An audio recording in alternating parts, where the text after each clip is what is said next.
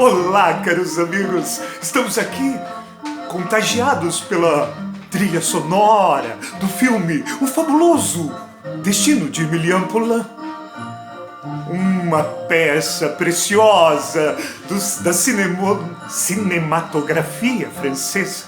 Assista, é muito maneiro.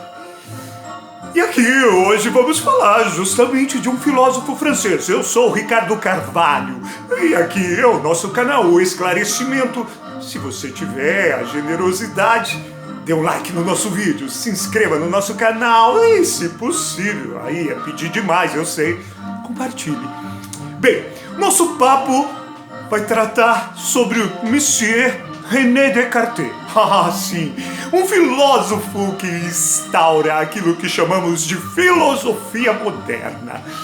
Descartes é uma figura que colhe muito da evolução do seu tempo histórico.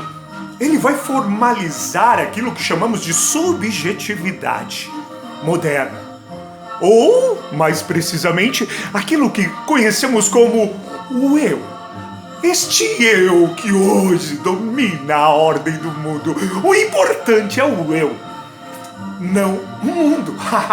Sim, então o eu, o fundamento da subjetividade moderna, se vê solidificado no pensamento desse sujeito, René Descartes. Descartes nasce em 1596 e acaba falecendo, morrendo de frio na Suécia, em 1650. Bom, ele vai ser um filho do seu tempo e o que acontecia anteriormente dentro da história, bem, o advento da burguesia. E a burguesia, ela vai reforçar a ideia do mérito, uma ruptura muito forte com o mundo medieval em que, para se produzir, era necessário a coletividade, pautada por todo o regime moral de uma igreja. Mas agora, a burguesia, não. O mérito, o indivíduo, agora passa a ser senhor. E é colhendo os frutos deste mundo da modernidade pautada pelas visões da burguesia que reforça a ideia do eu, Descartes surge com a sua filosofia. Mas não somente isso. Descartes é uma ruptura com o mundo medieval, já que o mundo medieval era um mundo marcado pelo teocentrismo. Deus estava no centro do mundo. Agora não. Agora é um pensamento antropocêntrico. O eu, o ser humano está no centro do mundo. Ele vai colher do Renascimento a ideia de um racionalismo em que a realidade agora possa ser pautada pela razão. Nada pelas superstições ou pela fé, como era anteriormente, agora é a razão. Sem dúvida. E outro elemento que ele vai colher fortemente da tradição da Reforma Protestante, em que não é o mundo exterior e as ações como era o tomismo que determina o nascimento, ou melhor, a salvação, mas é a fé. Portanto, um elemento extremamente abstrato da ordem do mundo vai estabelecer e vai formalizar e influenciar o pensamento do René Descartes. Diante disso, Descartes tem aqui a visão, a influência do eu burguês, a influência do antropocentrismo, do humanismo, a influência do racionalismo, nascido, operado dentro do Renascimento. E essa visão abstrata de um eu interiorizado, um eu que não precisa se materializar no mundo, mas possa estar simplesmente no exercício de suas intenções e razões interiores, provenientes da Reforma Protestante. Descartes queria formalizar, dar uma verdade absoluta sobre a qual a ciência moderna pudesse se fundamentar. Então, Descartes Descartes, ele vai partir de si mesmo. Se existe uma verdade que possa fundamentar a ciência, ela não está no mundo, ela está no pensamento. Lembre-se, reforma protestante, a fé, salvação pela fé, sim, não é pelas obras. E diante disso, existe um eu, e este eu deve trilhar uma moral provisória pela qual ele vai chegar à verdade. Essa moral provisória vai ser a dúvida. Descartes, que escreve os seus textos sempre na primeira pessoa, evidenciando a ideia do eu. Vou começar a duvidar de tudo. A dúvida metódica. Aquilo que for possível duvidar, descartarei, porque não é verdade. Agora, aquilo que não for possível duvidar, ali estarás a verdade.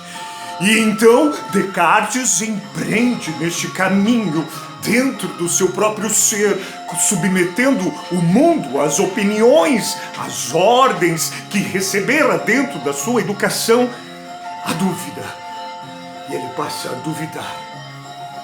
E é aqui o eu que duvida, que vai exercitar as bases até que chega-se a uma verdade. Uma verdade da qual não se possa duvidar. Mas até chegar a ela, Descartes olha para o mundo e olha o que vê do mundo. O mundo é a res extensas.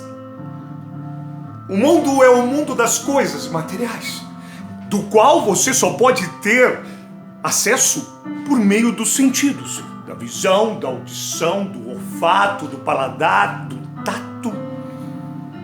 E aí ele percebe, dá para acreditar em tudo aquilo que os sentidos nos dão? Não, eu posso duvidar. É duvidável daquilo que eu vejo, daquilo que eu ouço, daquilo que eu toco. Minha mão está num balde de água fria e depois eu ponho num balde de água gelada, vai parecer quente. Ou melhor, está num balde de água gelada e ponho numa água fria, vai parecer quente. Portanto, os sentidos me enganam. E os raciocínios? Sim, mas a mente humana, ela pode errar também. Os seus raciocínios são marcados por precariedades, por isso que você nem sempre tira 10 na avaliação de matemática. Portanto, eu duvido dos meus sentidos, eu duvido dos meus raciocínios. E eu duvido também do meu estado psíquico. Descartes vai duvidar. Olha, quando que eu sei? Quando eu estou sonhando, eu estou vivendo aquilo como se fosse uma vigília. E eu só sei que aquilo era um sonho à medida que eu acordo. Eu posso acreditar no meu estado de espírito, no meu estado psíquico, ou devo duvidar dele? Então Descartes entra neste caminho pelo qual ele duvida daquilo que vem pela sensibilidade. Ele duvida dos seus raciocínios e ele duvida do seu estado psíquico. E aí, René Descartes chega a uma conclusão. Eu posso duvidar de tudo isso, mas não posso duvidar que existe alguém que está duvidando. E se existe alguém que está duvidando, este que duvida, no mínimo, nem que ele seja um cérebro jogado a um balde e não tenha corpo, ele existe. E assim, ao desconfiar da res extensa, das coisas fora, das impressões, Descartes chega à sua verdade, uma verdade absoluta de si mesmo. Se eu penso, pode não existir o mundo onde vivo, mas no mínimo eu existo. E aí vem da res extensa se formaliza a res cogita, o ser que pensa.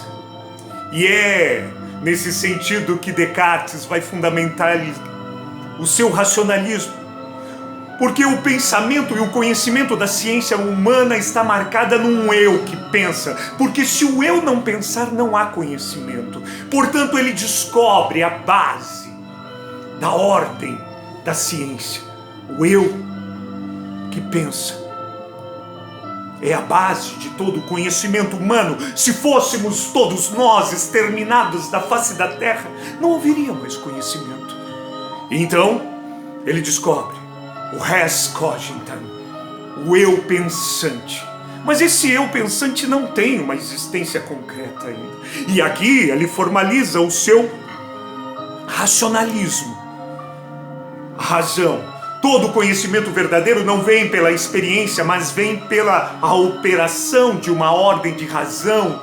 E aí ele começa a perceber que esta ordem de razão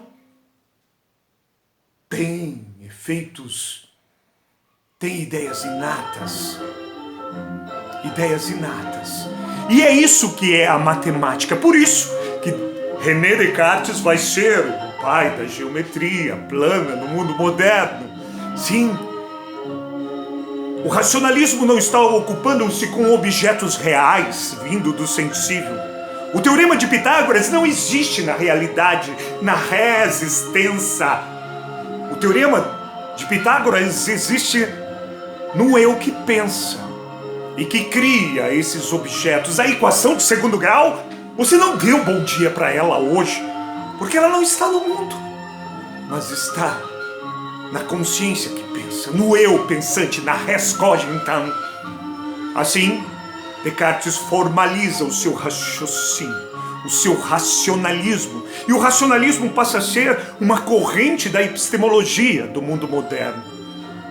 Pensar é conhecer, para René Descartes. Pensar é conhecer, para René Descartes. Diante disso, René, agora, depois que fundamenta sua verdade em si mesma, a partir das dúvidas que estabelece, portanto, nunca tenha certezas, sempre duvide das coisas. Ele, agora, se vê preso dentro de si mesmo. Agora, como terei certeza que o mundo existe? Sim, a razão, a res cogitam produz os objetos da ciência por meio da razão, mas que certeza terei que o mundo existe? Por quê? Por meio da razão, eu só sei que eu existo, porque eu só tenho acesso ao meu próprio pensamento. Eu não sei o que você está pensando. E é nesse sentido que Descartes, ao exercitar a busca por uma verdade, ele acaba se colocando numa cadeia que o prende dentro do seu próprio pensamento. E é isso que vai ser chamado de solipsismo. Solipsismo quer dizer, o pensamento me reduz. Ele produz ideais, produz matemática, mas ele me prende a uma realidade dentro de mim mesmo, da qual somente tenho certeza de que eu existo. O solipsismo. Quem, senhores e senhoritas, salvará o Monsieur René Descartes desta prisão que ele criara para si mesmo? Cenas dos próximos capítulos, porque este vídeo está ficando muito extenso. Um abraço, fiquem na paz.